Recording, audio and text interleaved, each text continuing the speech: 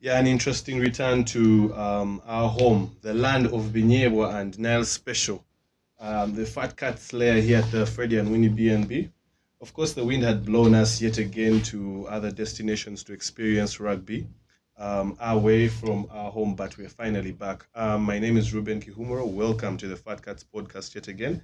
Another opportunity for candid rugby conversations. And of course, with me is Edwin Wawire, usual partner in crime. Edwin, how have you been? How have you been? You've been moving around Kisumu, uh, and then you went to Nairobi.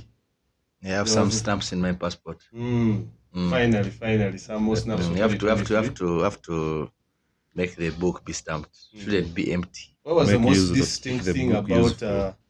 the most distinct thing about Nairobi for you, or about different rugby cultures? I mean, we did take the trip to Kenya, Kisumu first, and then Nairobi. What was that most distinct experience for you? No vuvuzelas on the second day. It was weird.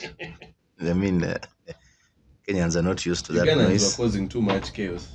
Yeah, we took over the RFUEA grounds, but even without the vuvuzelas, we still did enough damage at that ground. The ladies came out top, men finished third, and it was a good tournament. My first time going for Safari Sevens. I hope it won't be the last, and cover many more.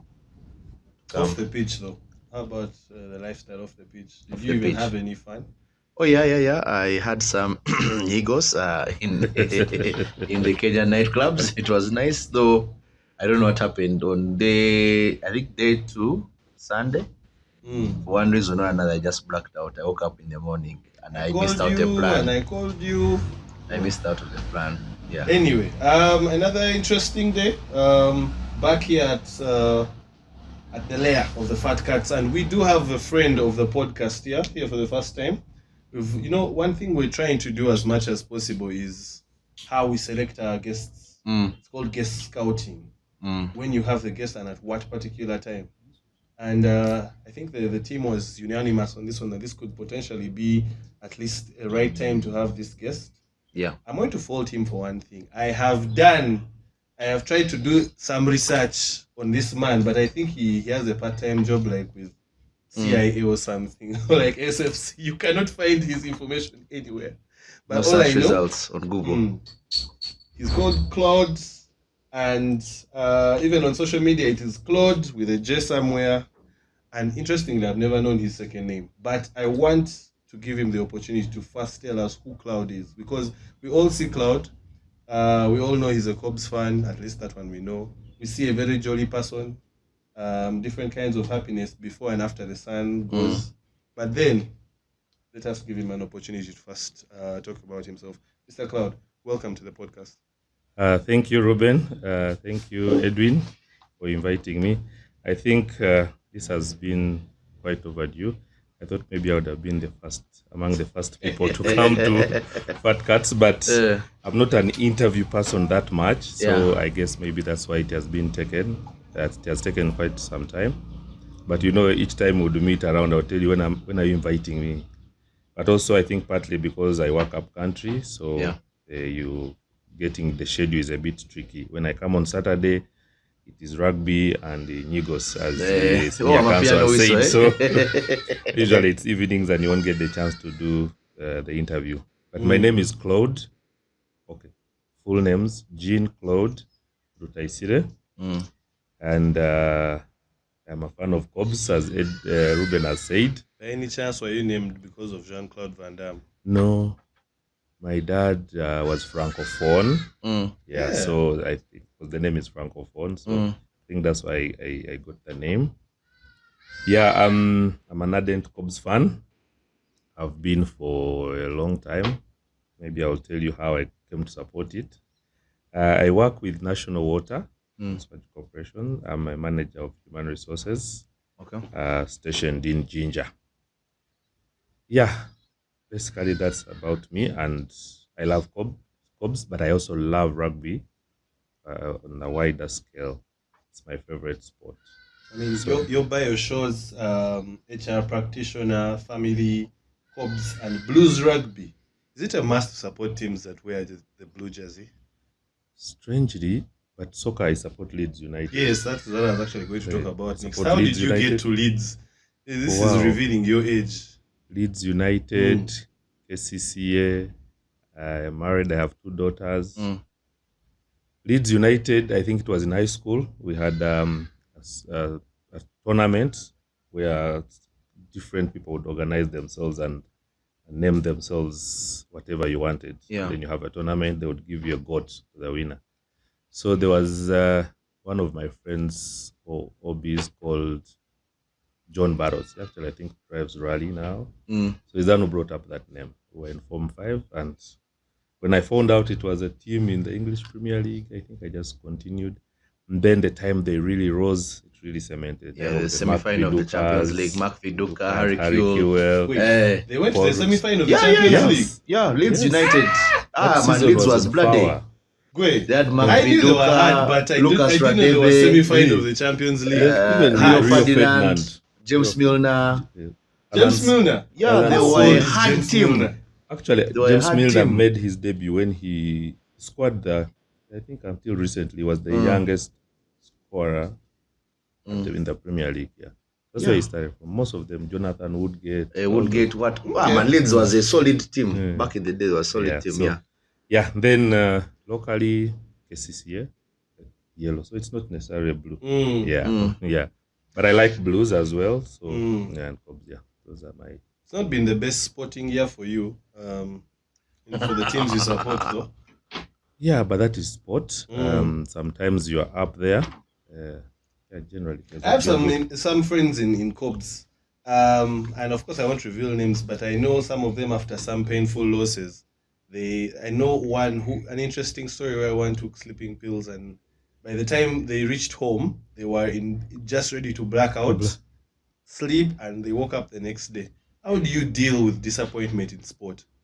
I think that's why it's hard maybe to predict. The only team that gives me sleepless nights is Cubs. Yeah. Okay. That maybe I'm worried I'm going to play tomorrow a big decider game. These other soccer on TV and New Zealand and no, those ones don't. I lose, I move on. But Cubs, yeah. So that's why you see sometimes it's a coping mechanism. After it's about Ruben. Okay, let's argue about this. Let's talk about this. Drink a beer and yeah. I don't want to carry things between home, work, and rugby. So I try as much as possible to, and if I've won, I will celebrate. And if you've won, but the 80 minutes is where I'm really, really tense. So I try to, with time, I think you manage your coping with such. That's true. That is so true. Edwin, what's your first experience with, or one of the first experiences you remember encountering Claude?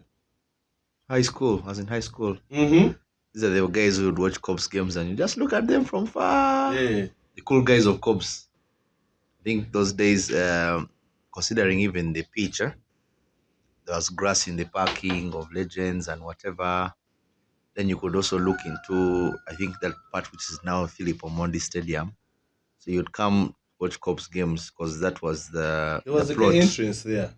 Yeah, there was another gate, some sort of gate there. Yeah, that was the plot.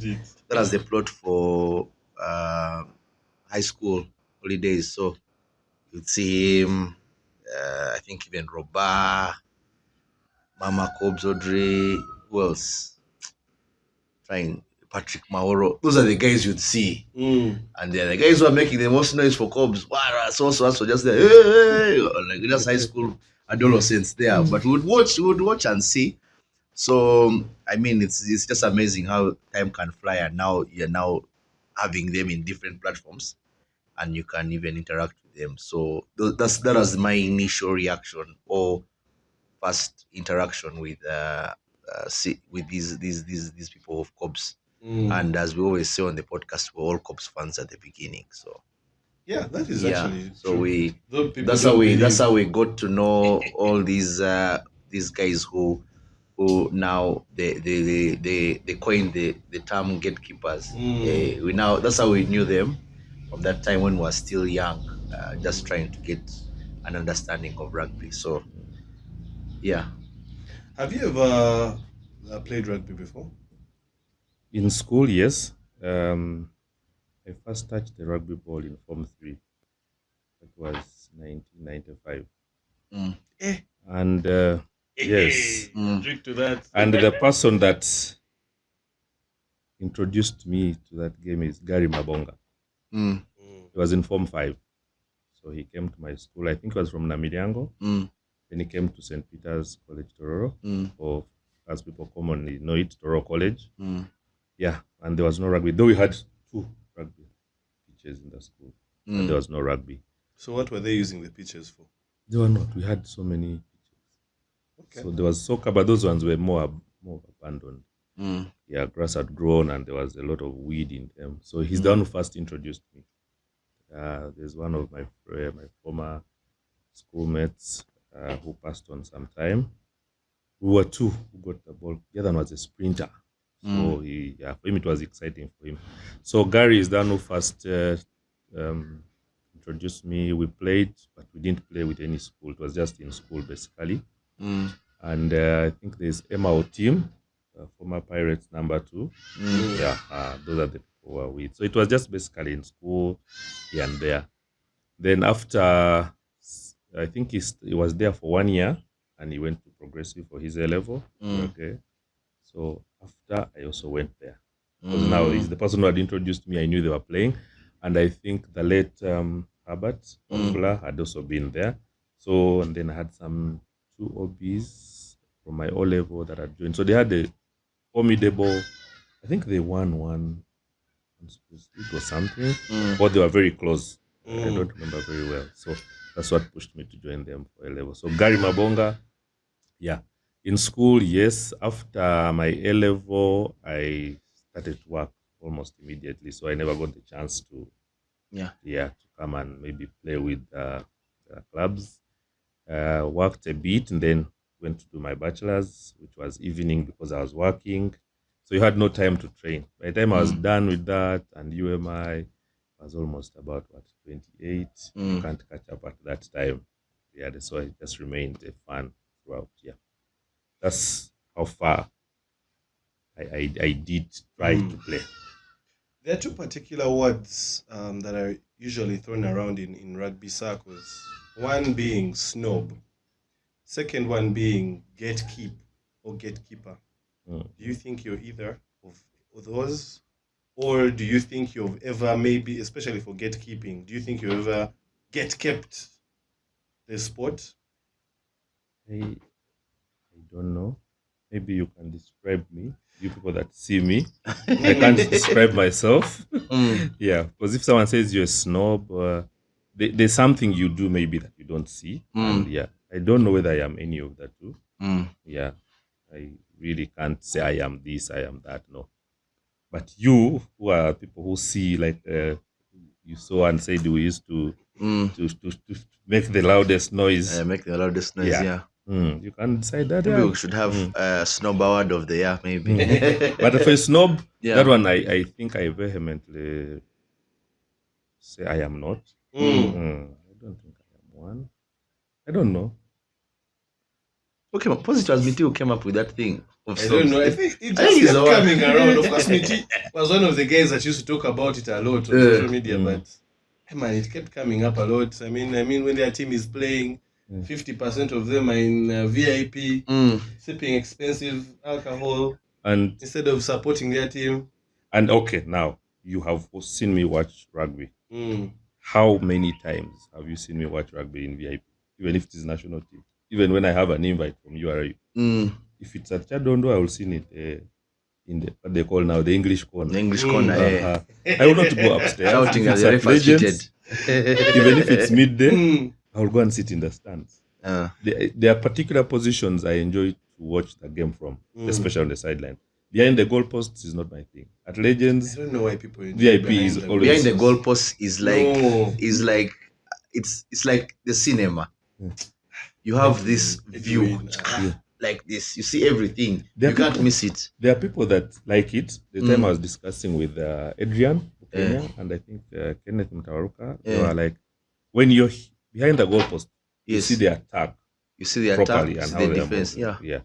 Now, for me, right from any sport, I like the sidelines because I The then see how sidelines they are better matching up. because, yes, you see the the two are- matchup, Yeah, you see the contests properly. properly. From the other side, you're seeing the vantage point of one team. One team, yes. Yeah, until someone stands up and then you also start to stand up and then everyone stands up. That So doesn't work for me. stop, yeah. And I think, yeah, I if I'm to drink alcohol, I am a Nile person or any other normal beer. These other expensive, not because I don't like them, but yeah, but I like to keep myself at a level that I know whether it's up or down, it's medium there. So I'll talk to Ruben, I'll talk to Edwin, and we'll interact, regardless of which club you're in.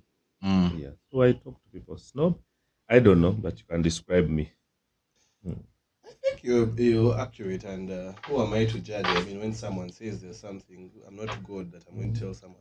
But anyway, it's December 7th, which means we are fully entering into the festive season. Is the calendar that has been the schedule that has been going out by MITI.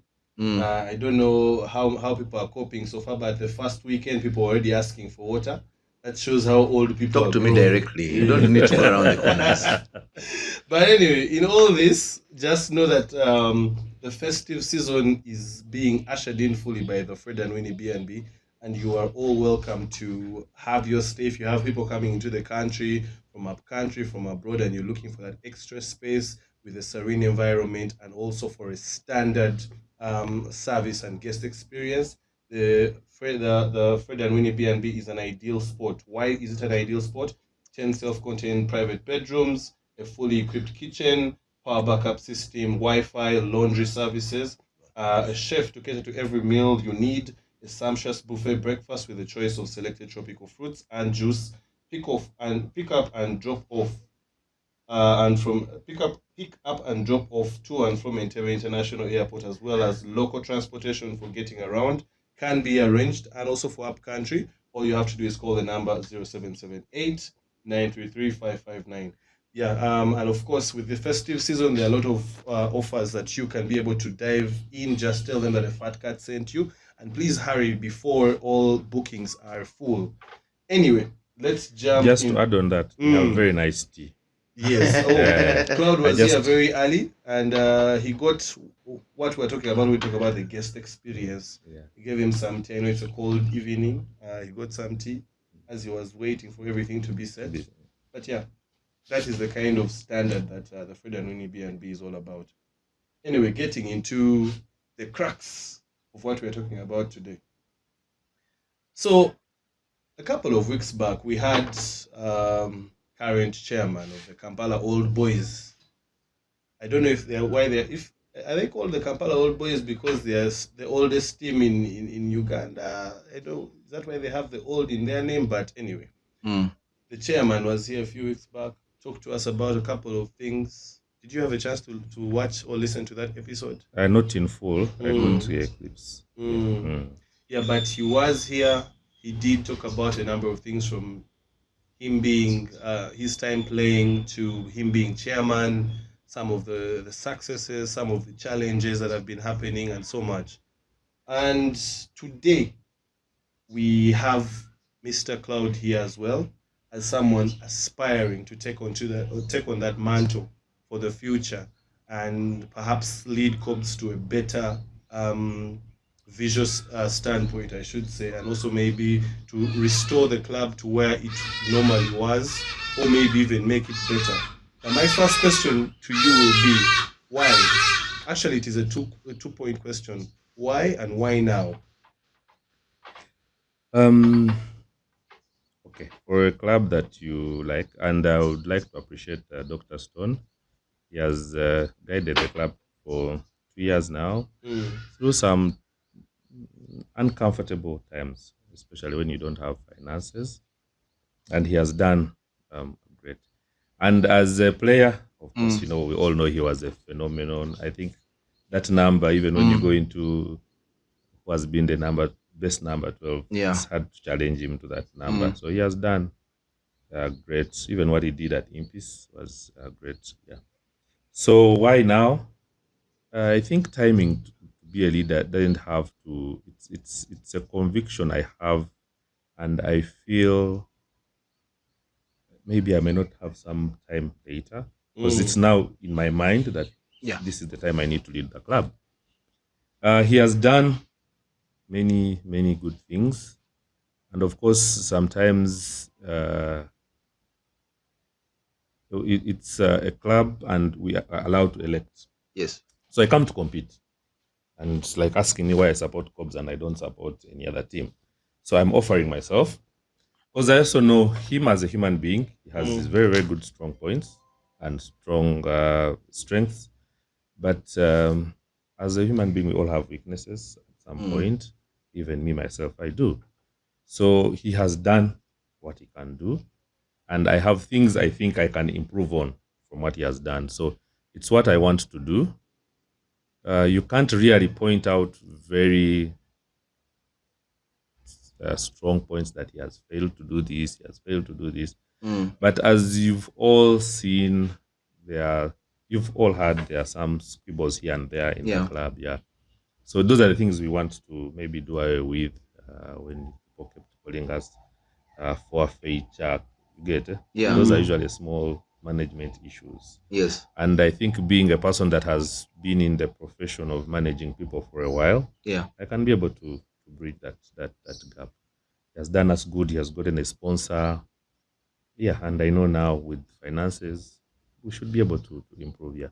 So they're just small, maybe managing people, and I feel if we don't arrest certain situations a bit early, and then get to a point where you do what the gap widens. So that is why I want to, and maybe help the club move forward. Have you served in any other positions under the Cobs management before? I was a treasurer for 2 years, 2012 to 2014. One term. I think this has gone off. No, I think it's fine. It's on. No, it's still on. Whatever. Okay.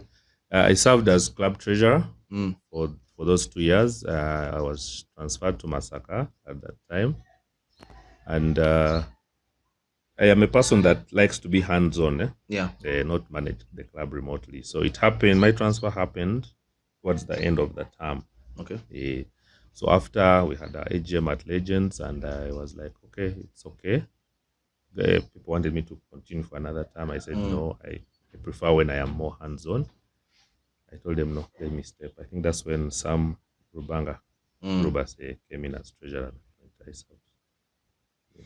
Okay. There have been a number of course, fans that have come out and they're like, you know what,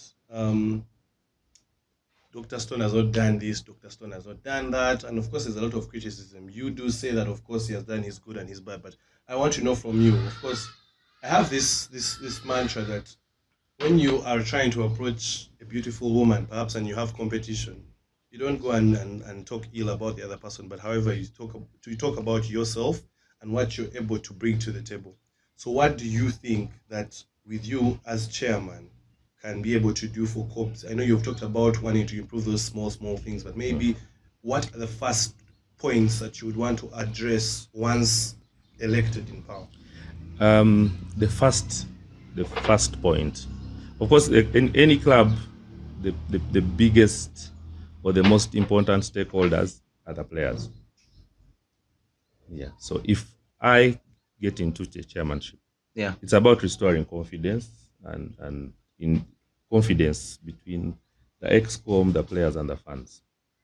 That's why you see, I think some fans are very out there, very either disappointed or angry, and maybe might be saying a few things here and there, and players. But that's my point.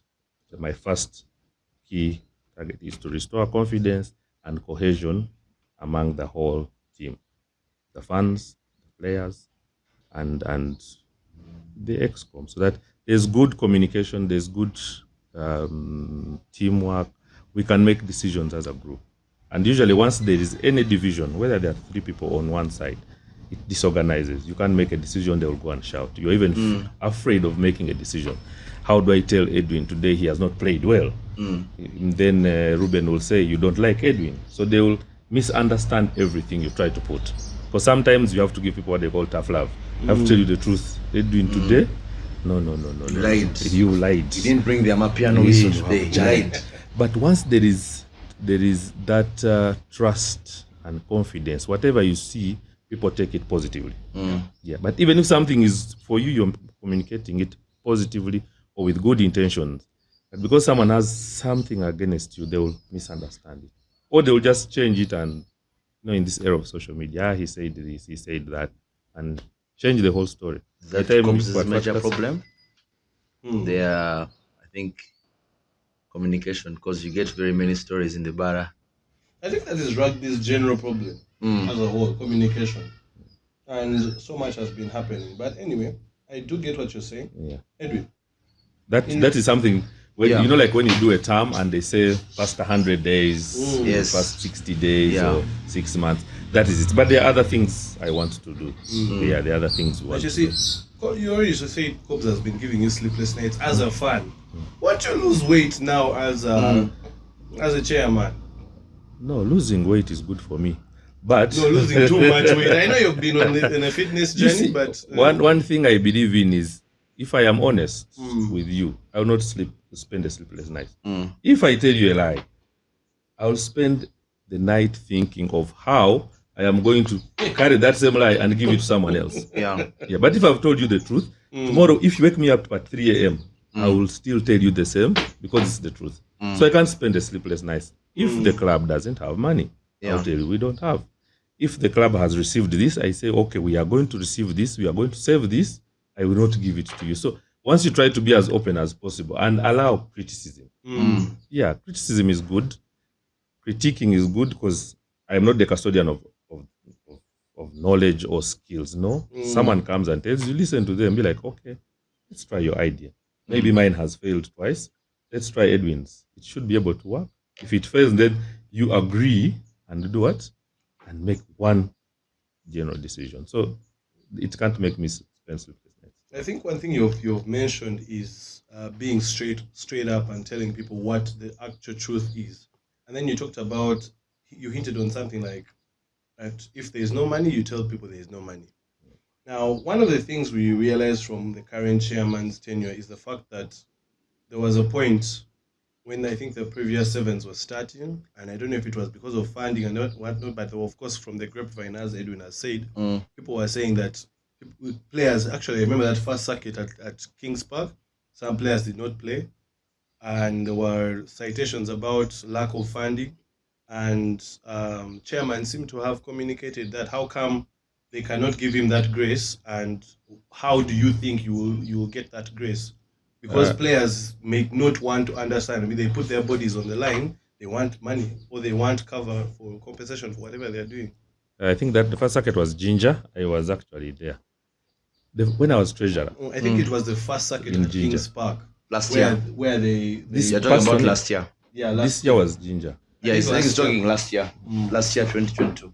When we did Wakiso Sevens, then we moved around, then we came back for Rujumba. Wakiso Sevens, where you guys, you know, they didn't even they won Rujumba Sevens last year, but you started off very slowly, and then on Rujumba is when all the players appeared. Then they're like, what happened? Yes. Yeah, when I first took over, in the time when I was treasurer, we also didn't have sponsorship. Yeah, we had no money on the account.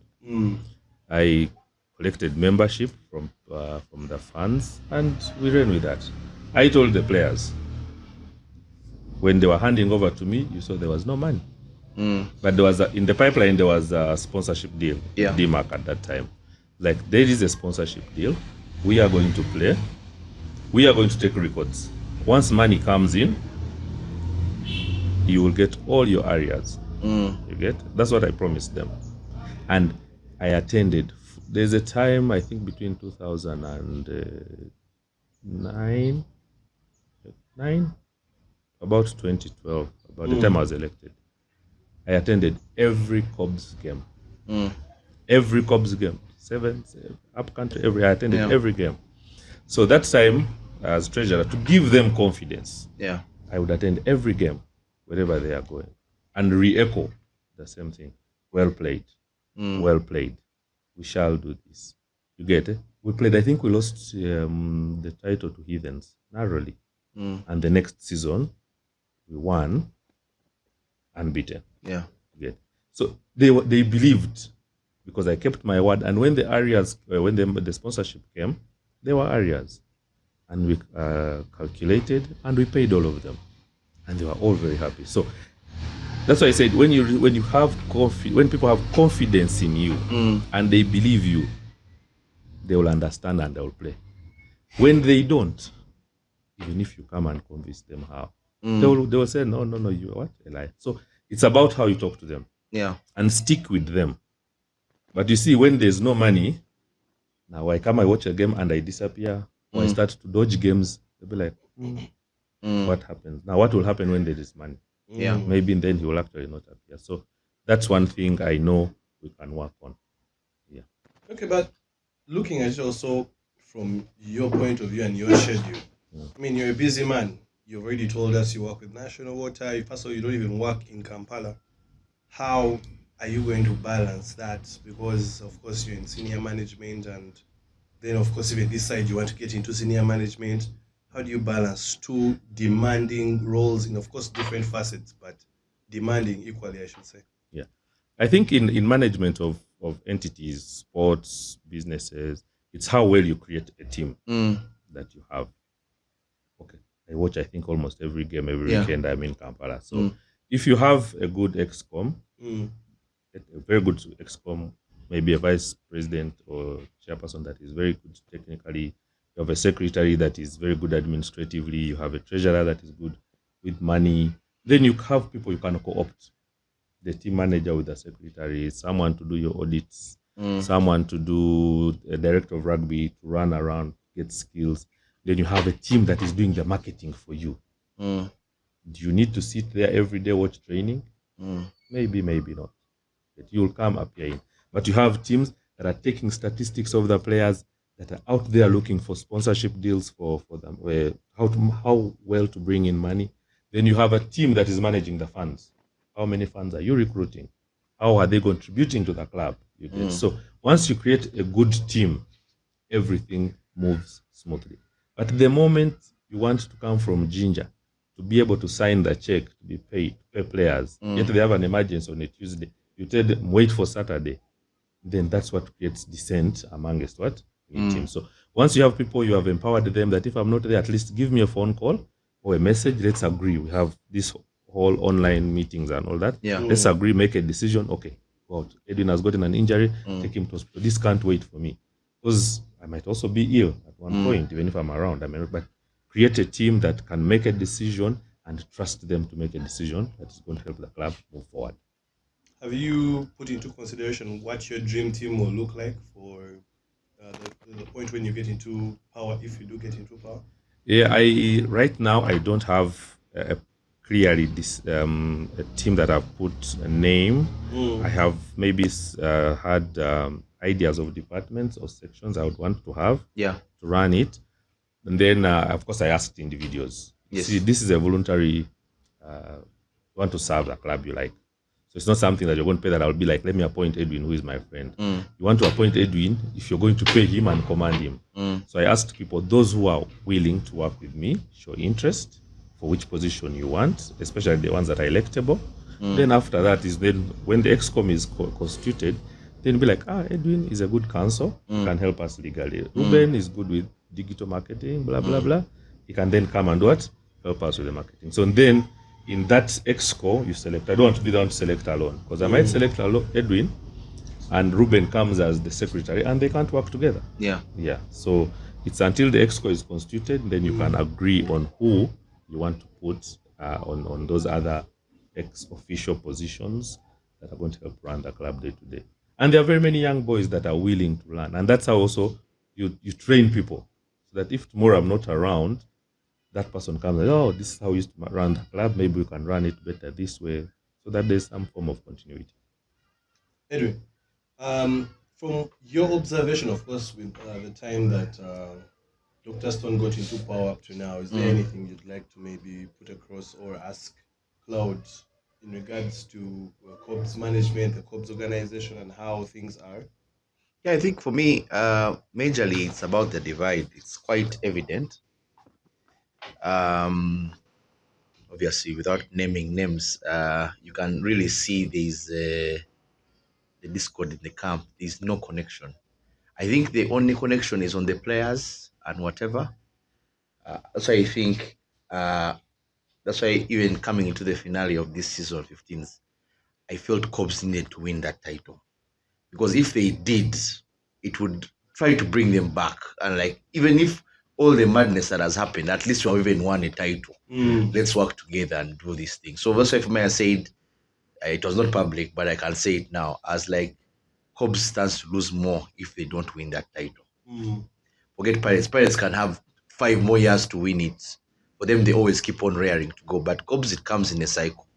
They come, they win, they go back into slumber mode. Indians comes and takes forever.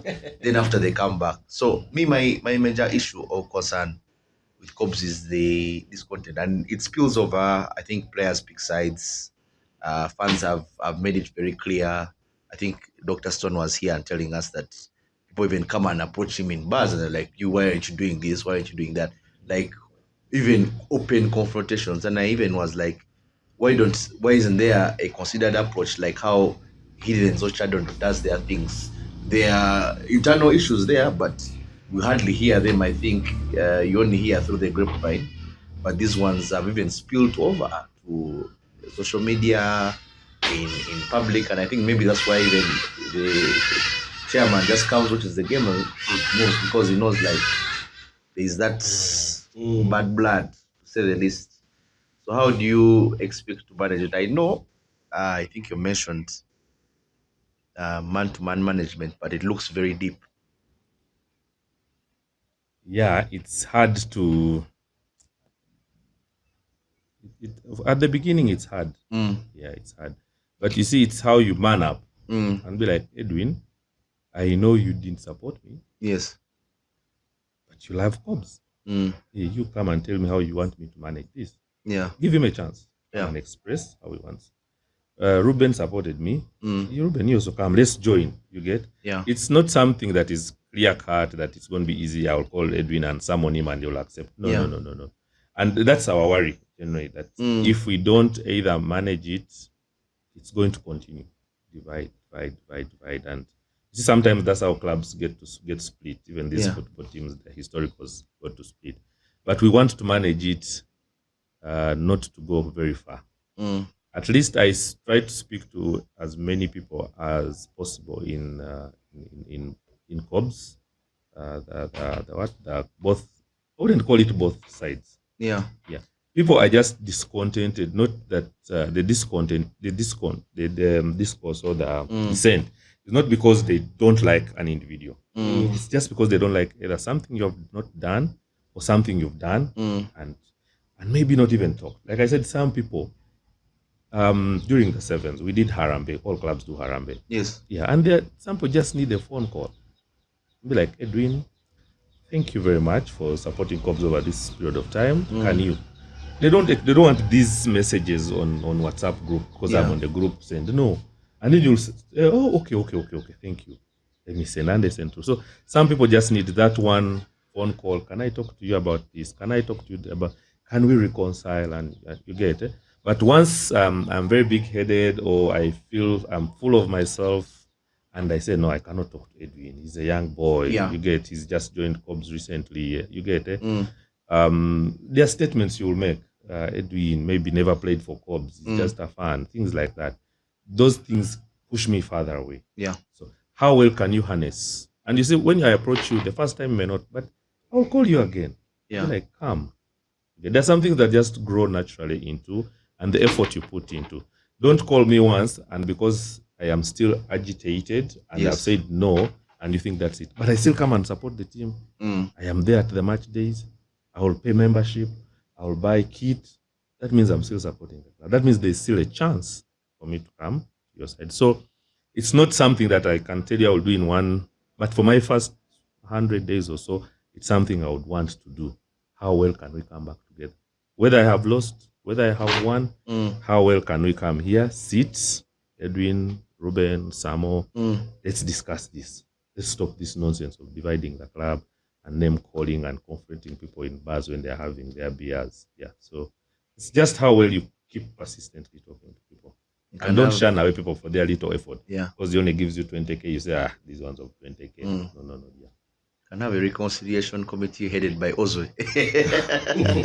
Have guys to come together, I think. Nelson Mandela style, yes. Yeah. Yeah, but anyway, Sabula Media.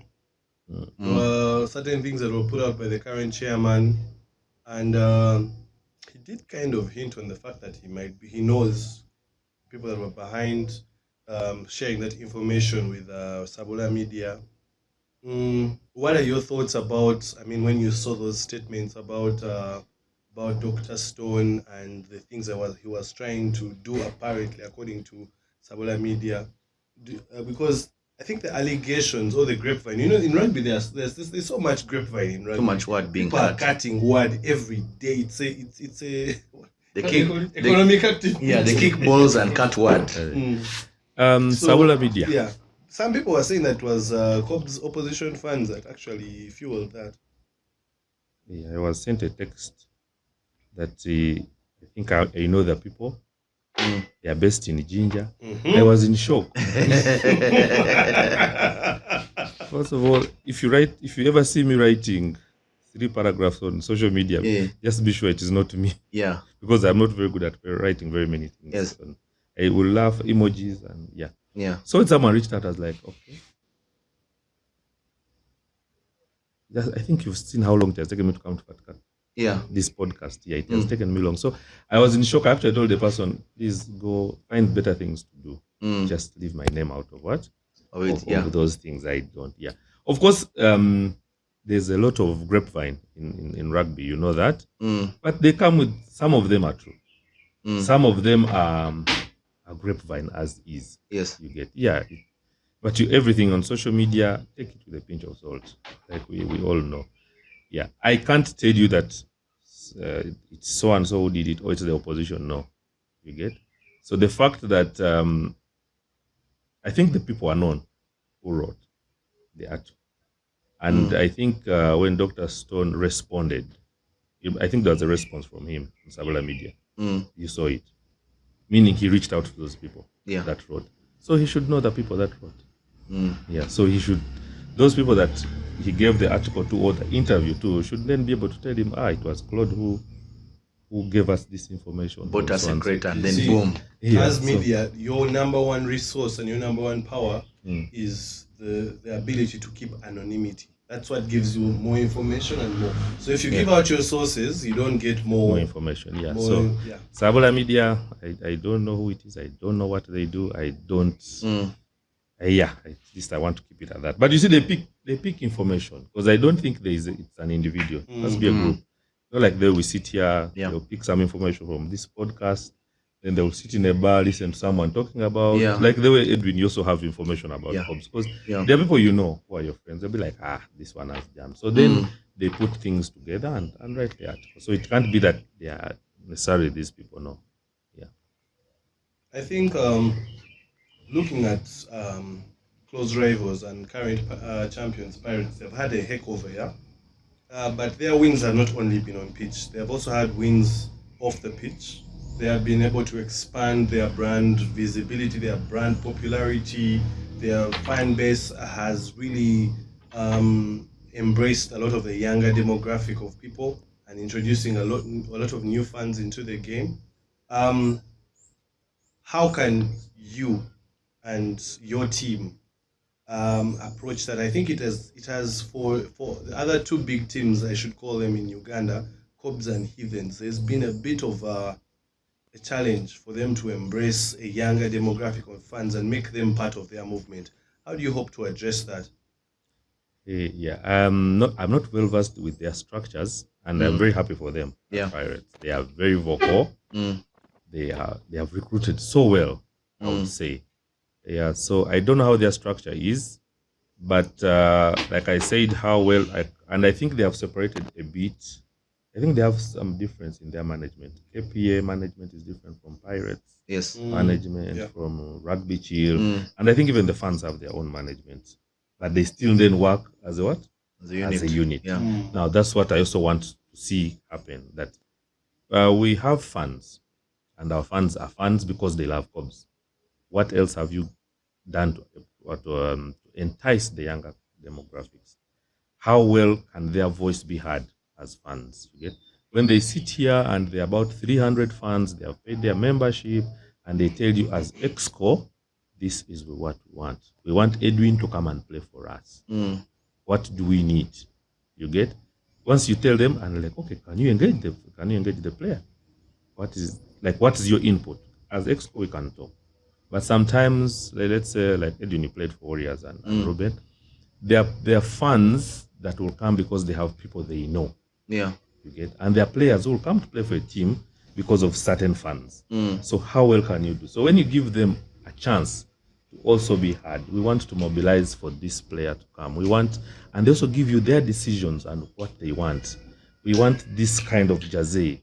Give them an opportunity to express themselves. But once you shut them out and everything should be done, an Excom is maybe about 6 people. Yeah. For a club that has a baby about 500 followers, that's really not really good. You get? So how well can you get? They might even just have elected members that you can bring to adapt to your Exco as ex-officials and be like, okay, what are the fans' views? Like they will have a club captain on an Exco, what are the players' views? So that you engage them. Now, those very fans become your foot soldiers. And I think you see that's what Pirates has done. On Twitter, they are there. Each time someone says, I'm looking for a club, you'll see them, even heathens. I think when Desire was at NBS, you'll see when someone from, quickly, you would take a replica to them. Yeah. So it's something, we need people that like that. Not necessarily Exco, but also the fans and the players. How are they fighting for your club? If the club is being shut down, they are the very people that are having your back. Exco should not be having Twitter wars over the Nigos things. And no. It should be the fans that should engage. Now, Exco should engage on more technical issues, more club position issues. But there are things that even as we enjoy when there's banter here and there, but Exco should not be doing banter. Yeah. So you want the fans. So if they believe in you and have confidence in you, they will do this for you. They will go out there and look for fans. They will be willing to sponsor the new students that are coming. You come. You come. Hey, you come and join and see how well Cobs can. Then also, of course, when they do visibility, they have done a lot of visibility in Pirates. And Dr. Stone had, I think, a partnership with Fireworks. Yes. Yeah, that's also another thing. It's something good he really did for us. And have we utilized it? Yeah. So if we can also, from that step he has done, can we move forward and have better use of that through the funds and all that? And yeah, so it's how when it comes to funds, my advice or recommendation is that they need to go back to the basics. They need to first assess how they used to do it in Amiliango, where it was like more like default. You understand, like default, where anyone who would come, they're like, me, I'm coming to watch Cobs. So me, I would think, I know Magombe is now the coach of Namiliango now. So Cobs has to find its way to sneak back in and get those kids. Because I think high school kids are very impressionable in the sense that imagine now for us in our time, Fredo used to come and coach. So like, hey, Fred is coming. Hey, what? You see the guy, you get scared. What? Then you go and see him on the pitch. You're like, hey, I saw Fred. What? So everyone keeps on saying they want to come. Like everyone's plot. Us when we were growing up, our plot was go and watch Cobs on the weekend. When they had those IRB balls, Gilbert, green and is it blue and white or green and white, that kind of thing. So they need to also be that intended approach to the schools. I think they need to first get back Namiliango, because now I think even Mr. Bisman always complains his finds Namiliango boys now rolling Pirates from Manyawat. Yeah, just free of charge there. So I think they need to get back that. And now with things like TikTok, these reels on Instagram, if you just keep on that continued engagement with all these particular fans in schools, I think they need to first start back from schools, because when the schools guys come out, they influence their peers. They're like, come on, you go and watch Raga, and you go and watch our guys. So that means even Cobs in its recruitment has to factor in these players from high school. I know now it's a little bit tighter getting players. I mean, you have to be very exceptional to jump from high school to enter Cobs immediately. Those days, not to say that the players are not exceptional, but the guys who would jump out of high school to enter Cobs direct were also hard guys. I mean, guys like Chimono, even Stone here was telling us Mudola didn't. Simon Wakabi didn't play in box. He just went from the club, from high school straight to Cobs. He used to be picked from school. Yeah, he used to be picked from school. To go and play Cobs. So that era of exceptional players, they're still there, but they are few. So they will need to get as many into box and create that kind of camp of we are cool kids who play rugby. I think that should be their desired approach, because any kid now who is going to pick a club to support, even if they're in a rugby playing school, they'll be like, me, I want to play in Pirates, because Pirates just looks cool. And most of the friends are now there. Now all the guys are there. They're like, we have babes in Pirates, we have Nigos. So everyone is going to be like, Cobs, Edens, Fossils. Entebbe is far. Ginger is also in the village, it's far. You see what I mean? Yeah. So for me, I think Cobs is still primed in a position where it can get those things back. How they do it is they need to first start with Namilyango all over again. Yeah. They need to make it great again. If it means having the legends, Chimono goes back to school and does training sessions, trust me, those kids are very impressionable. They will just come back and they'll be like, okay. And when they come back, and you know how they distribute these days in different universities, in Kozi, Cavendish, whatever, when you get that whole pool, they'll start. Moobs even need to go back to Moobs and get as many fans from there as possible. I think that's the only way they can get back to those days where everyone basically would support Cobs. Yeah, and like I had said, it's easier if we work together. Yeah. But you see now, if for example, one of your podcasts, Caesar, joined Cobs, he has a very big influence on Smack. Exactly. Yes. So, but such a person, if you don't recognize him, you don't need to pay Caesar. Yes. No, it's just recognition. Caesar, thank you. Call him. He will run back. Be like, can you go and talk to these players? Can you talk to the sportsmaster? We have a coach. So it's just how you continuously engage. Even if you ever disagreed, you're like, now let's do this for the club. So it's the same thing. And I think that's why in Namirango, because now you see Conrad Wanyama and Magom have a very big following in Namirango. Exactly. So once they go there, you get. And now Ambrose and Warakira have been there very long. Exactly. But you see, these are now, they're still playing. Yes. They still attract more people. Yeah, they'll attract. I'll help you. I'll help you get it. Yes. Because they are more in the leadership of Pirates. Yes. Than maybe Ambrose and Warakira, much as they are coaches. Yeah. But because they are in the same age group, they are more appealing. So it's one thing I want to do.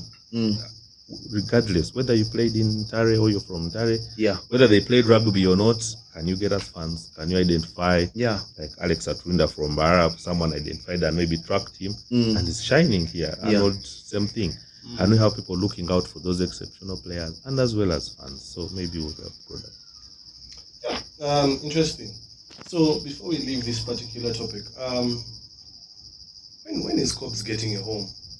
I mean, the home is a cornerstone of, I believe, why Pirates' efforts and development has been fueled and accelerated. When is that happening for, I think, the most prestigious club in this country? And what should I say? We have always wanted to, and I think at one point, when Pirates first got Koyogea, people were like, that place is far, and all that. So I think our goal was to get somewhere very close. And it becomes hard because the cost really goes high. So regardless of where you're going, just go get a place, develop it. Development will find you there. Now, someone crosses from the other side of town, goes to Kings Park, watches the game, spends the evening there and then goes back. So they have taught us a lesson that regardless of where you are, you can go and develop a place and make sure rugby comes there. Because right now, I think it's one of the best pitches in the country, right, by standard. So we have, and I know, I can't preempt, I know even the current EXCOM has been pushing for places. They have had options. And even before the previous EXCO had also had the engagements. So I don't know at what level they have reached at, but Yeah. there are about 3 options or 4 in from the other excom and even the current that is running. So yeah, if all goes well, whether it's me or them, it's about us pushing through. But they have, I think, about maybe one is, I think, about 30%, the other is about 60% of, we are about to get it. So it's just about that. The club is moving. Sometimes you don't want to say when you don't have all the authority and the information to mention it, but there's a program and a project to have as a facility.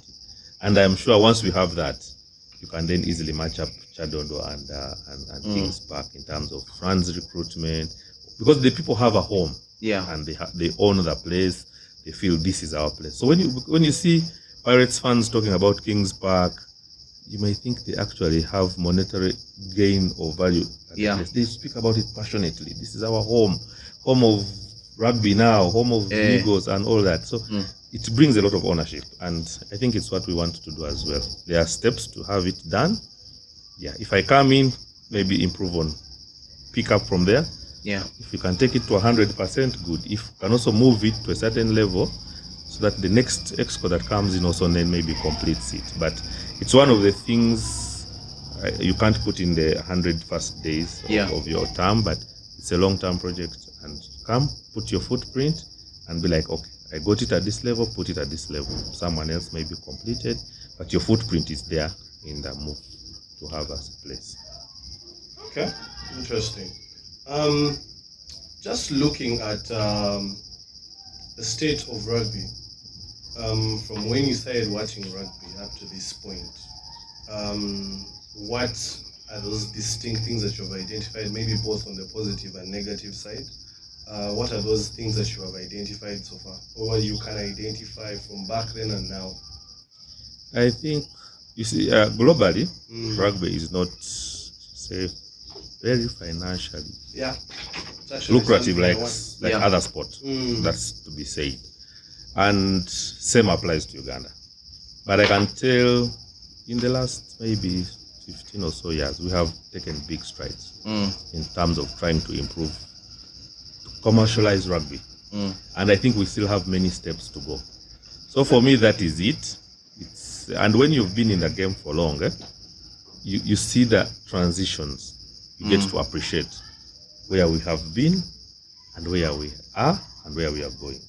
And also when you engage with people, the union, the previous ones will tell you how hard it was. Now, like you, Ruben and Edwin, you played rugby, maybe you got some transport refund. Now, the Wakabies will tell you we never got anything. We just walked. We jogged from Makere or from Mobs to go and train. Now, here we have players who are getting something. An effort is being done. The sevens guys are on a contract. The ladies, the sevens got a contract of 12 months. So you see that we are really moving. You get, we are really moving. And it's, I think, at the URU level, it's properly commercialized. They tend to have more long term. The clubs are where we have not yet. It's just a few clubs that are maybe fairly commercial. Which club can attract a sponsorship of 100 million right now? Maybe 2 or 3. The Pirates, Eden, Cubs. The rest may not be able to attract that. So it's how well we can help those other clubs as well attract. I was happy when Rams was getting a kit, not this thing of playing in different shirts.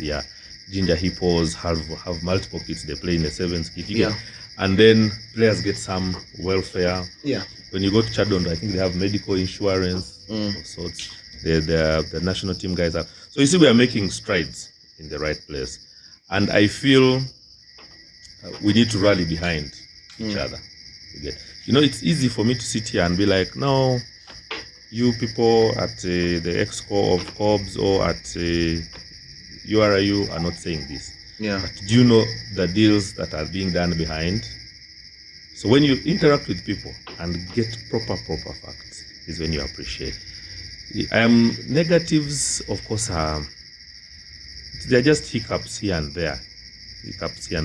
And they're small squibbles of me, I don't like this one, I won't play for this this team and all that. But otherwise, I see that the game is moving forward, and we are going to be at a better place in maybe the next 10 years from now.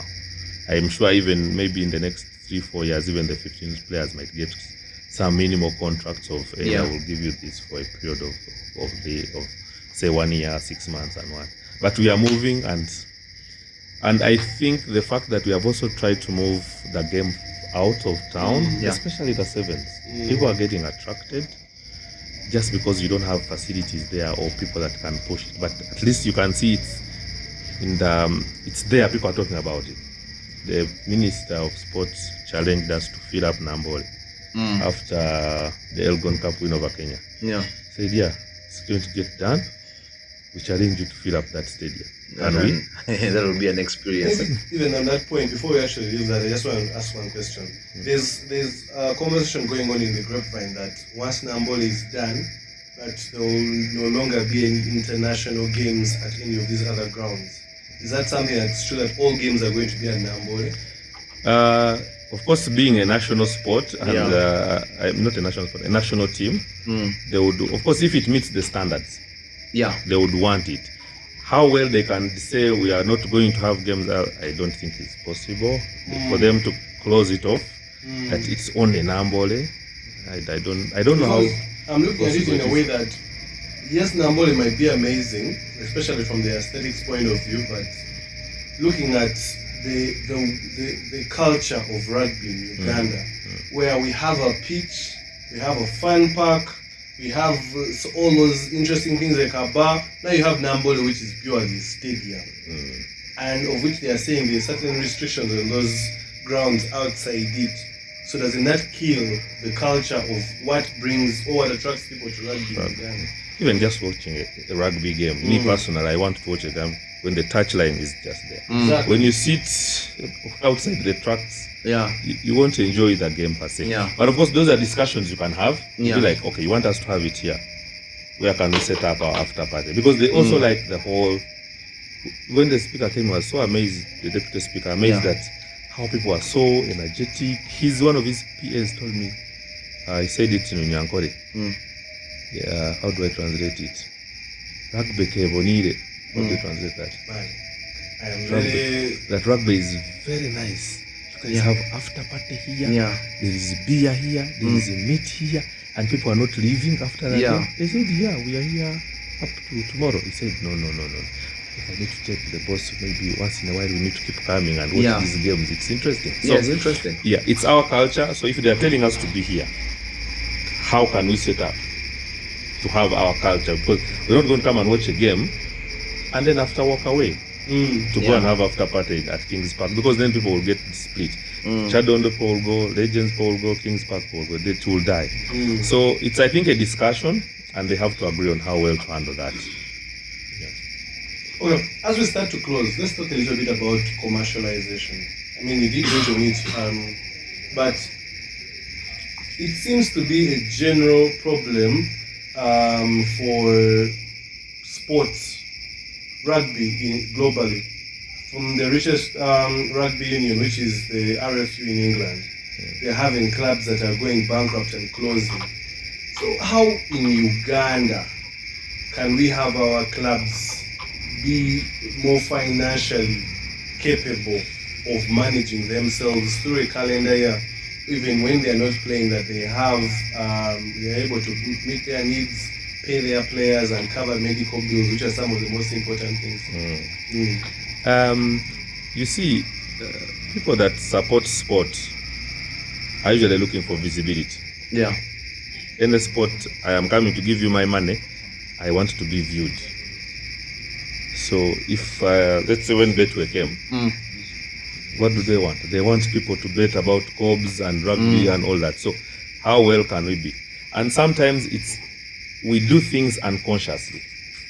Disadvantage, for example, like right now what's happening to us, when you have two camps, and then I think even across in Chadondo there are funds split. But then fortunately it's not the EXCO or the members, but maybe the funds. Because someone even mentioned it, I think when they were in Nairobi, someone posted on social media, it's not looking good, but that is it. Fans say we don't like these funds. That's it. but sometimes it's not good. So how well can we work together and engage? And also, how many people? You see, sponsors want numbers. I am Stanbic Bank. Yeah. I am supporting Pirates. I want, when I come to Kings Park, I see my branding everywhere. I see FlexiPay is being used. You get? And FlexiPay is trending on social media. Is that what we are doing?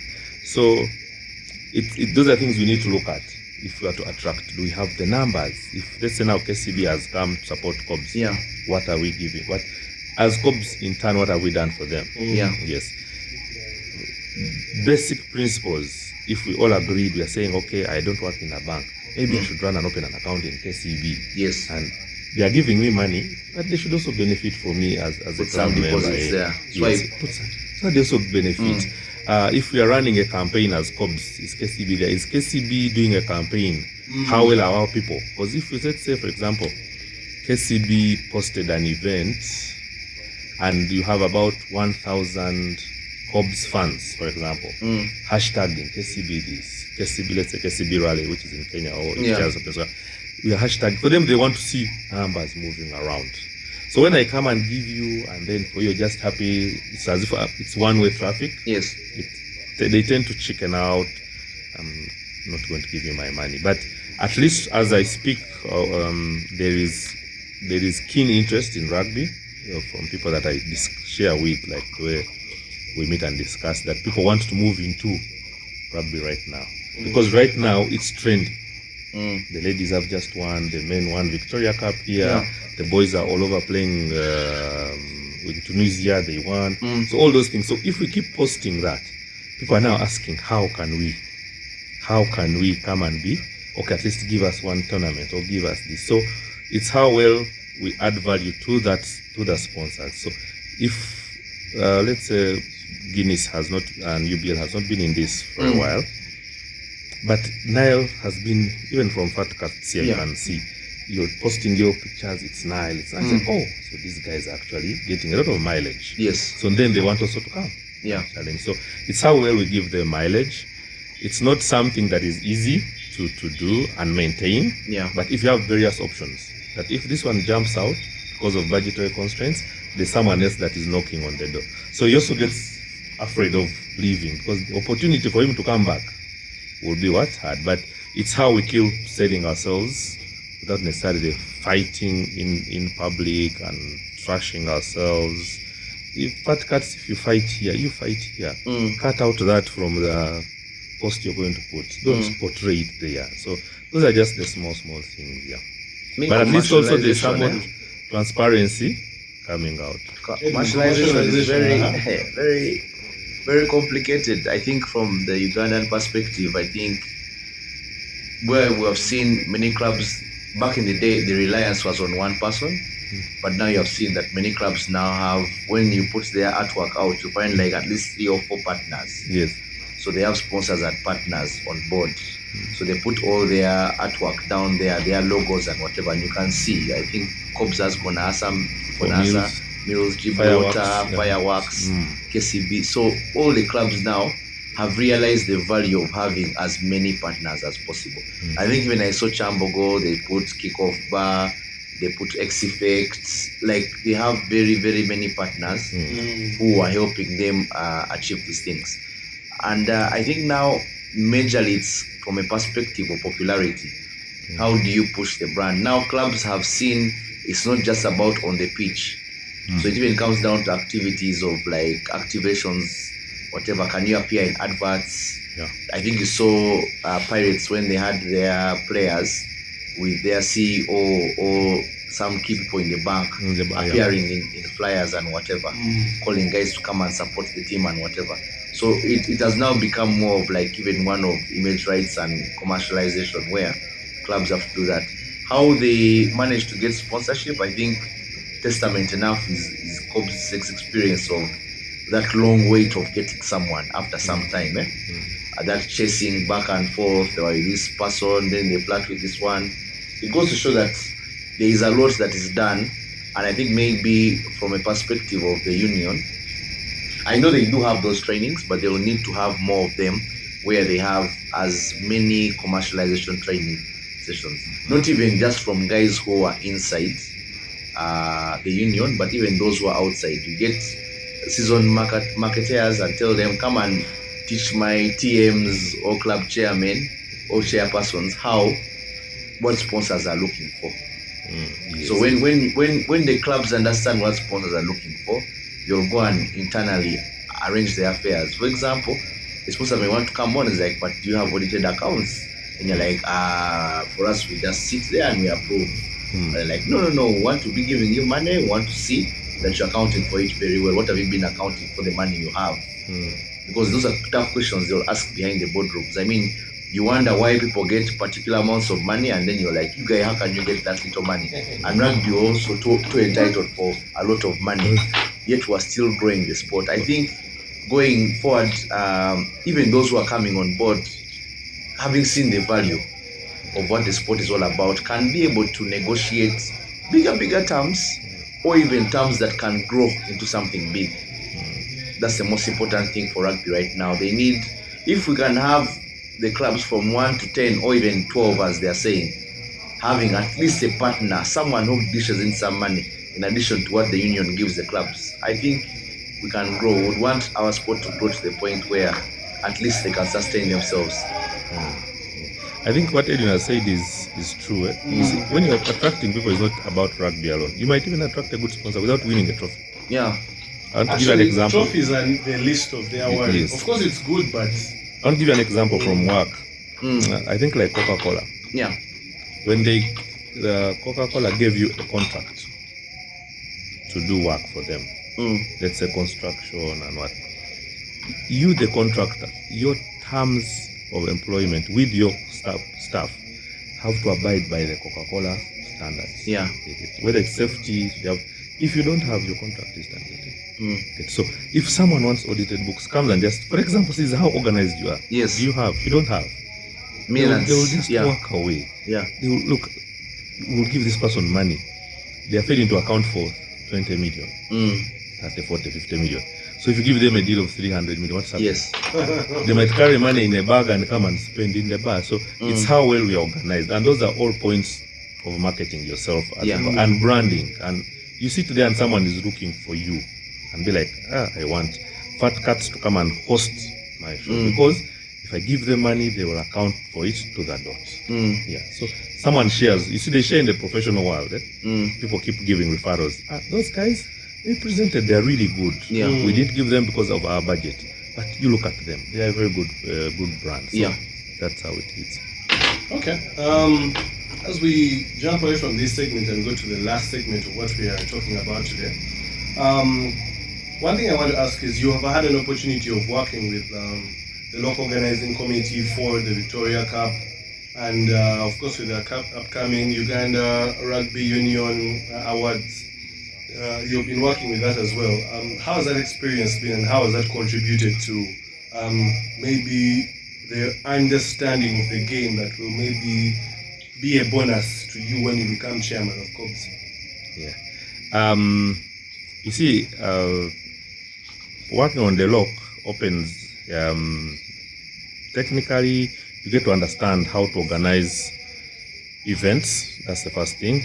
What is required, standard-wise, and even to work with different people. Like now, for example, there are people I've never worked with closely at that level. But you also get to understand, how can I bring in money for this particular? How do I manage the money that has come in? How do I make this this event stand out? Same thing with the awards dinner. Of course, it's my first time.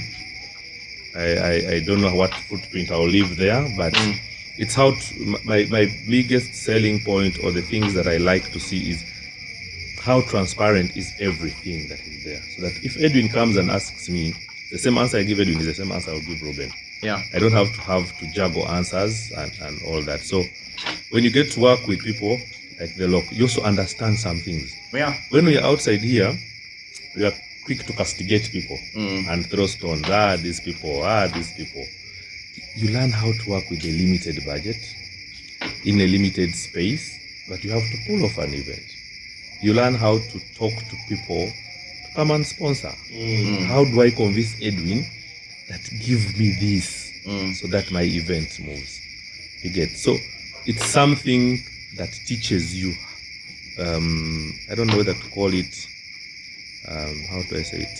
How to negotiate with people, how to make sure that different egos are merged and work together. Yeah, so basically that is it. It's an eye-opener, and then you are not quick to judge, at least. Some of these things I talk about are from that point. That's why when I said there are people that are willing to come and support the sport. They're actually knocking on the doors. They're like, how well can we get this? But before that, I'll sit and be like, those URU people are just seated and they're doing nothing. But when you're here, you know how do you juggle this? Yet how do you appreciate? And also when they tell you, okay, now, Ruben, go and negotiate with Edwin. He wants to know, he's knocking on the door. Go and discuss with Edwin. So they throw you there and you're like, oh, okay. Edwin, so what are you giving us? No, that's not good enough. Oh, I want you to do this. Like, no, I can't do that. There's someone that is doing it already. So it helps open you broader and appreciate life and how to make decisions, basically. Okay, and I think one last thing will be about, we've seen photos and videos of you taking the time on the national sevens circuits to get money out of your own pockets to actually fund these teams' meals and maybe a few other things. What's the inspiration or the motivation behind that? And also maybe just a pathway to that. Do you ever get a time or a chance to speak to some of these players and talk to them about finances, about growing themselves as better human beings, about families, about safety? About talking to the players, I do. That's why you see, I think I can interact easily with any. And I never blackmail players that, if you don't come and play for Cobs, I tell you come and play. You don't say, I can't play. It's okay. But our conversation. There's one player that I think went to play in Kenya and hadn't finished school. So I sat him down. I told him, you don't play for my team. We had never had a conversation with him. I told him, you've never played for my team. You're not my friend. But what you've done is wrong. He was at UCU. I called him and told him, I studied at UCU. I know. They have a semester when you're off season. Go play your rugby. You have one semester to finish. During the break, come and ask and study. When he finished, when he saw the graduation list, he called me. He sent me a video. He was actually crying. I was like, I've called you to tell you I'm going to graduate, but I can't believe this. You're one person that didn't know me, but pulled me aside and talked to me. My people that were my people were actually castigating me and laughing at me. So he finished school, and he's my friend. He has bought me gifts here, left and right. When we meet, we talk. He looks at me like a big brother. So I do, and on most of the teams, when I find you, you come. Ginger players, once in a while I talk to them. Pirates fans, when I sit there, I tell them, no, don't do this. So I try, if someone is willing to listen. Yes, there are those who will be like, no, me, I won't. But we try to engage them where chance strikes and someone is willing. And it's one of the things I would want. And I think that's what makes me love rugby, that even if the 80 minutes we disagree, after the 80 minutes we can talk about different life things, and if you need help here and there. When Haruna was going for surgery, I think the auctioning Marvin's shirt, and Marvin is someone that I hold very dear to me. I'd just come back from a work trip. I said, no, I have to get this shirt. So some people asked me after, I said, no. One, I wanted Marvin's shirt. Two, Haruna is someone I've seen grow. And he needs support. And if you can get as much support as is, so that is basically something that, like when you leave a footprint and I come back and someone is like, okay, because I know tomorrow I might find Edwin and he's like, okay, I need some legal advice and this. Because I've burnt the bridge, you'll be like, no. The sponsoring of food, rugby was coming to Tororo, my hometown, for the first time. So really, and I pledged meanwhile 2 years ago.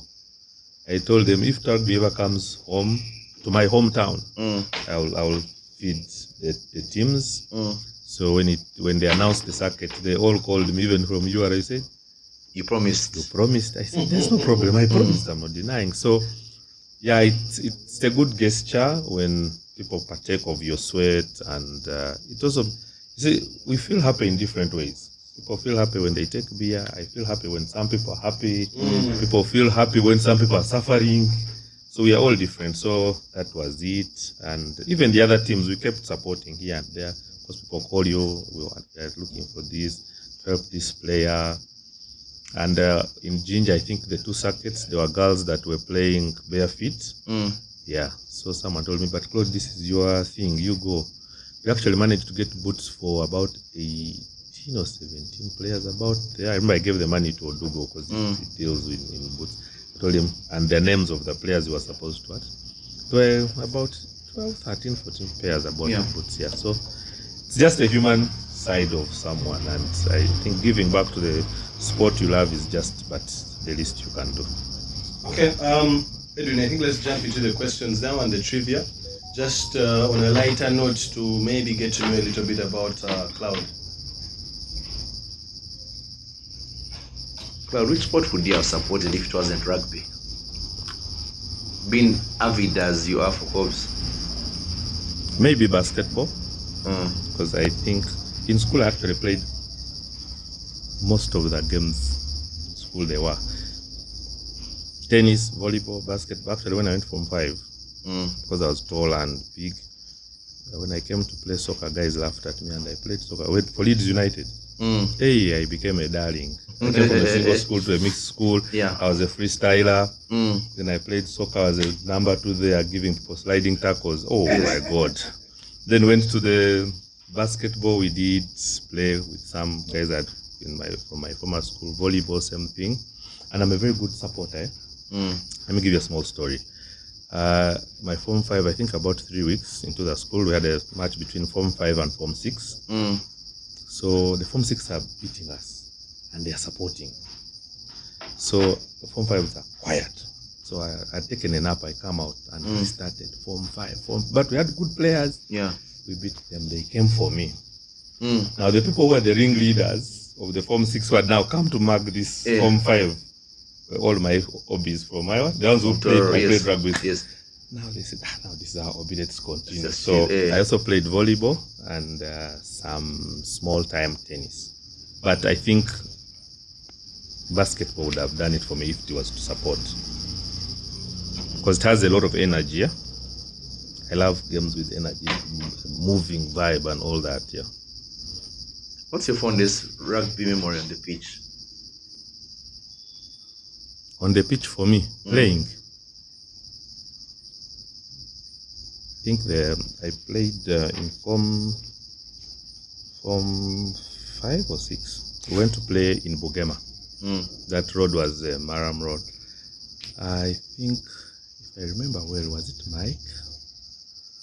He was one of the players that was playing, and everyone feared to tackle him. I think I tackled him accidentally. But some of these things happen by mistake. Accidentally, but I went back to school and I was feeling, if I remember well, but it was one of those very hard players, and everyone is fearing. We lost, but still I think I remember I tackled him. And it was what about off the pitch? What about off the pitch? Off the pitch, 2006 Elgon Cup, Nairobi return leg. Yes, it was malaria until the end of the game. A kick through by, I think, Simon Wakabi to Alan, and then there was a tackle Alan, a try-saving tackle Alan Musoke did. Oh my God, you've never seen that place get quiet. Yeah, we were traveled by Scandinavia. They actually gave us buses to travel to Nairobi. It was free transport and beer and everything people wanted. I will never forget that game. That feeling was there. yeah, for me that is my, and I was up close and personal with the action. Everything happened where you are. You know that feeling, and you didn't want to jump onto the pitch. Yeah, it was a very, very close game. Very close game. You see, like what happened in Kings Park recently? Yeah. It was something similar to that. Kenya trying and they are failing. They tried, and they were leading. Till we scored, and everyone kept quiet. The whole town kept quiet. Wow. Then went to F2. That's a bar? It was a bar. I think it's still there. It was F2. Yeah, so went F2 after party. It was bloody. We didn't sleep actually. We got out of F2 to the buses back to Kampala. I know you've had many of these as a Cubs fan, but what was your most painful moment? As a Cubs fan? Yes. Most painful loss for me. Okay, it's a very hard one to talk about because it comes with its issues. Remember the time Pirates beat us on Women's Day? That one, everyone has that. That was in their memory. That I will never forget. It had good things in them, and because I watched that game, you see where the ambulances park? Yes. I sat alone. That I didn't go to the person on their side. I watched that game alone. Everyone I think was in shock. Yeah, and then we lost. I normally stand up, celebrate when you're, but I didn't. I sat. We scored, they won, I never. And then something happened after, and it's one of the reasons I think I like Desire. The Pirates players were giving a clap. They were clapping out their fans. And then where I was seated was the Betway banner. Yeah, so they came. I think they wanted to take a photo at the banner. I think Desire was the youngest, one of the very youngest players on that. But he saw me seated there. You know, like the whole came, like the way you're celebrating. It's not something personal, but celebrating, and then, so we go and take a photo there. Then Desire looked me in the eyes. I think our eyes met, and he's like, he didn't say anything, but just held them and like, you get it, don't do it, because I was there. It was. I have so much respect for him for that. Yeah, it was a young boy that, would have been excited to jump around and be like, okay, or come in front of me and jump and sing and take their photo. He didn't. And he has my respect up to today for that. But that loss that day, yeah, it was, it's one you cannot forget. Yeah, as a Cubs fan. So, majorly respect, is that one of the key things you appreciate about rugby?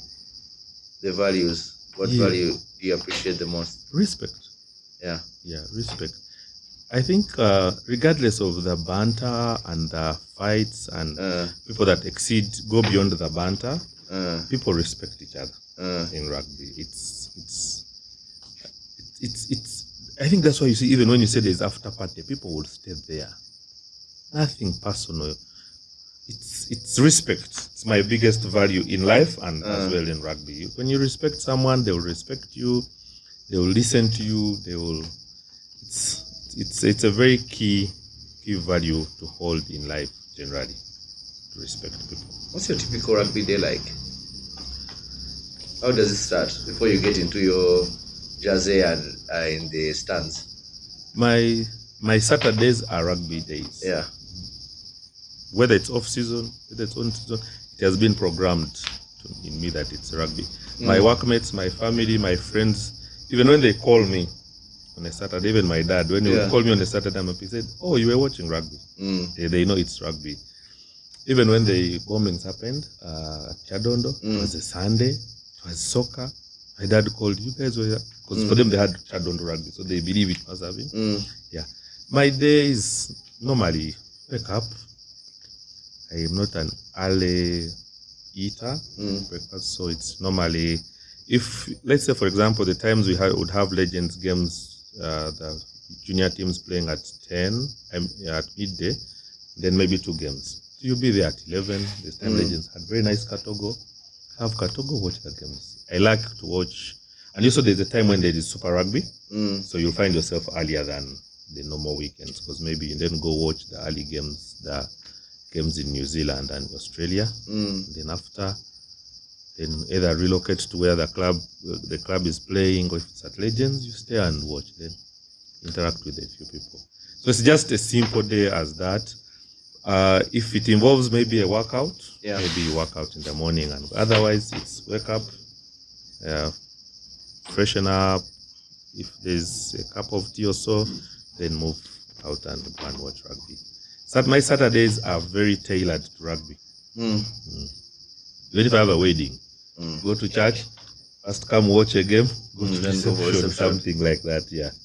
You know, there's this thing where they say in Cobs at 60 they're going to have old players versus new players and whatever. So if you are ever an old player of Cobs, which position do you think you would have played? By virtue of my size, it's front row. This time we're playing Shadow and Legends, I would do front row, but the knees don't allow. The knees don't allow. I told you to dance on a piano, you refused. But I dance. You see, even the time I work out, the knees are complicated things, even on the pitch. If it's not very leveled, and a small, even they don't even move. They just a small shape. They get into shock. But of course you can. But in school, surprisingly, I wasn't this big. I was smaller. So we all weren't this big. My first attempt playing rugby, or actually playing rugby, was in the back line. Even Mary's playing in the back line. Yeah, played in the back line. So here, of course, it will be front row.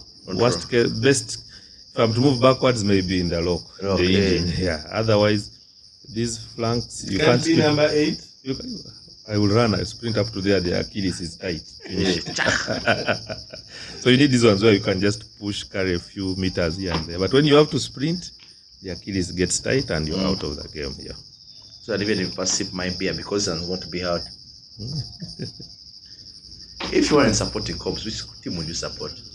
In rugby here? Yes. Now or now? There? Today. If Cobs is dissolved, you have no money. Which team would you support?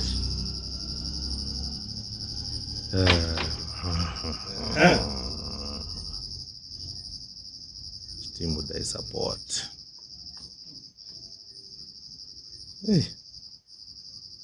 Okay. Basing, because I am in Ginger right now,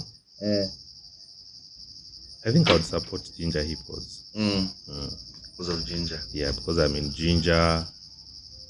What if travel was not a problem? Would Ginger still be? No, I travel, but I think I would support Ginger. You support Ginger? Yeah, support Ginger Hippos. Okay. I would, yeah. Right. Their story is good. Their story is good. And by the way, it's a small team, but they are kind of organized. Are they still a small team? Okay, maybe in terms of years, not in terms of playing. They have been organized. When you look at their journey, they have been consistent.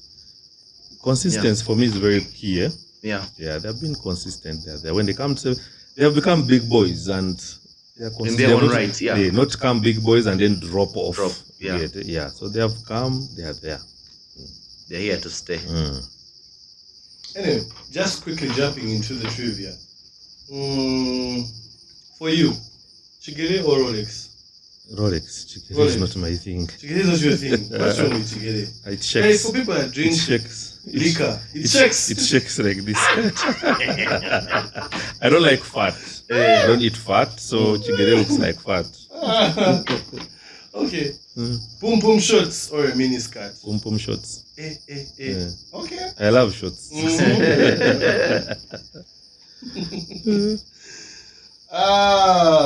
Do you, first of all, before I even ask this question, of course we have to acknowledge that you're a bald gentleman. So of course, you actually laughed at me recently saying I'm also joining the game that here. You need to mine is starting from behind. You need to allow Edwin. You know, I became bald at 19. So in the rugby circles, of someone beyond mind. In the rugby circles, I think the person who has had the bald head for the longest time. And people have laughed at me, and they have all joined me. My own brother. But I think you yourself. I think the saddest thing is being bald and you have no beard. I got to them at the same time. When you're bald and you have a beard, that's kawa. Yeah, I got to them at the same time. Yeah. You have reason to go to the salon, but if you don't. Anyway, in which country do you think the most bald people in the world are? These are It's in wild Europe. years. Hey, so do you that's think- a hint. I wish you had told me and I Don't you guys have researched. like a bad people association? Globally, Maybe we are under you the discuss disabled. matters that are affecting Maybe we are under the disabled persons. Eh, Which country drinks a lot of liquor? Just to give me a hint. Uganda. No, in the European. You said Let me European. give you another hint. Eastern Europe. must be in one of those former Russian countries, Mm. and which is the most famous among those countries there. Take a wild guess. How many chances do I have to guess? 2. 1, 2. Yugoslavia Yugoslavia is very big. It was broken down into so many countries. countries. Okay, so it must, but it's one of those countries. Yes. Czech Republic. Okay, let me give. Yeah, Czech Republic. That's the correct answer. that's the correct answer. Eh, You narrowed it down because They, it must they be have a an famous. association. Is it part of it? The Czech, They must yeah, be having a- he must be the HR of the association. The Czech Republic is the country with the largest percentage of bald people in the world, according to a new list published by World Population Review based on data from the Vantage Hair Clinic. Hey there. This is statistics here. People have statistics on Hey! everything. I'm going to go to Turkey when the thing starts to manifest. For what? For hey, You want to do Wayne it- Rooney. You want to do a kind of I'm on bro? the It will Wayne Rooney. disappear. It will disappear. I'm on the Wayne I Rooney. stopped at the The drug airline shop will and they were start from telling here. me they can give me one. I told them no, I'm comfortable. It Now, was can you okay. share with us a picture of you when you still had hair? So that we You won't share it. recognize me. Hey. Yeah. We Because will try. the people I was with in that photo don't recognize me. Anyway, what's your favorite Fat Cats podcast episode? The one when Bruno put on the Cubs shirt. When he lost the bet to Caesar. But I was going to laugh at Caesar equally. But that's one of my favorite. My favorite. Wow. You always meet us wherever you meet us and tell us you're an avid watcher of the podcast. Yeah. What number? Or should I switch it up? What number? What number of episodes was it when the late Herbert Wafula appeared on the Fat Cats podcast? Before I even guess that, did you guys ever watch Herbert play? No. I think I did. Edwin. Yeah, I mentioned it. I think the first time I watched him play, That I was think Cameroon. May I watched I Cameroon. watched him play, man. As in, He was- as in he was P4. what they I would watched him call. make us run pyramids and so it's He was what they call a power runner. Mm. It was those guys you'd see because he had an imposing figure. Mm. He was very athletic. He was muscular. Mm. So when he came, you didn't want to be in his way. Mm. He's one of those Rujumba, Jonah Lomu style Yeah. of guys. Yes, and voice teacher would even step Mm. properly. Yeah, so he was. Should have watched him play. Would have enjoyed. Mm. Because I think first played in the back line. Unfortunately, Then we don't have any footage. I was from there, that. but I did Yes. not understand, This so I one- didn't this one watch. was I'm like eating- Ruben, I was drinking soda. drinking soda. Where did you yeah. go? And Should saying, have- was- when is the game should ending? have stayed he home was. and played Super He Mario. was interesting. He was a good player. Yeah. Mhm. When was the first episode? The first episode was in July last year. 20. We just want the episode number. No, I'm trying to calculate. Mm. Yeah, because I think I watched his episode. He was in a Pirates shirt. Mhm. Australia. Yes, Australia shirt. He was a very ardent fan of Australia. That you would argue with him. I would assume he was among the first people. True. Maybe third. Hey man, Claude. Maybe You have a third. thing about guessing. Maybe. You have a thing about If I've guessed right, just give me the podcast. What's that? The placard. They will Let give me it take to our you. plaque. Take it Just off. give me as my trophy. I think, but what I remember, he was among the first people. That's what I'm saying. He must have been was the or- third, actually. Yeah, plus It or was minus. that was the third episode Yeah, of the Fat let's Cats see. podcast. That episode Herbert ever did. Wafula, Yes, the one. The first of our old-timers and legends episodes. Anyway, so you've talked about your best moments in rugby, but I just want to know 2023, what stood out for you? Beating Kenya at Kings Beating Park. Kenya at Kings Park. Mm. You know, we are not beaten Kenya in Uganda. Our statistics against them in those games has not been good in Uganda Mm. as compared Been a while. to across. Yeah. So beating them was a very, and surprisingly, when we won, I didn't even drink a beer. Everyone was in shock. I think the happiness shook me. I sat, I took water and soda up to, I think, 1 a.m. You're drinking soda up to 1 a.m.? Yeah, soda and water. I went to the VIP down when Maddox came. Yeah, I didn't even, nothing. Everyone was in shock. People kept, PJ asked me, are you okay? I said, yeah, I'm okay. You know, there's happiness that can push you here, and there's that one that comes and you're like, in disbelief. Then there's some of us who just cry. How we were. This one kept running away from people. He just keeps crying. I don't understand. Anyway, what keeps you going every day? Every day. I think the fact that you look forward to seeing more people, meeting new people. Each time I think of meeting someone, now like I can't call it anxiety, I get anxious when I have thought of now like they had this podcast. All my programs had to be around this side. So I went to my office in Intinda to print some things. I went to the garage somewhere here. I couldn't agree anything that is going to take me on the other side. So if I have something that I'm going to do, it will push me for that day or that week. So I plan for that day, and that day is up. So it keeps me going. I don't want to leave today, Claude, you come and we go here. No. So for me, if Edwin has said we are going to have tea or dinner or what, my program is that unless you call me early and tell me, I'm not going. So it keeps me going that way, that I'm anxious about what I have planned to see, and I want to see it through. I don't want to be that I've promised you a beer and then tomorrow I can't give you the beer. It makes me feel bad. So I want usually to see through what I have planned to do. Yeah, and how would you like to be remembered? Not that we are advocating for you to pass on, but in rugby circles or in life? In life or in rugby circles, you can give us both. In rugby circles, of course, as someone who loved rugby, regardless of which club you supported. If you supported rugby, for me, you were my person. Yeah, I had no problem whether it's which team. This time we drove. Let me give you a story. We drove with the honorary secretary, and we had gone to bury the current interim chairman, Buffalo's chairman's dad, in Kitgum. We were supposed to come back. We said no. We have to stay and watch rugby in Guru. They had a festival, rugby festival. Guys were in shock that we were there. We stopped, we booked rooms. We said, we didn't know any of the players. It was there, I think, Gulu High. So for me, where there's rugby, if I come to a place and there's rugby, you remember for that. But for generally in life, I just like to be happy. You talk about this, I'm happy. You say the other, I don't have time for fights and long-term anger. If I feel you don't like me and you give me negative energy, I just try to avoid you.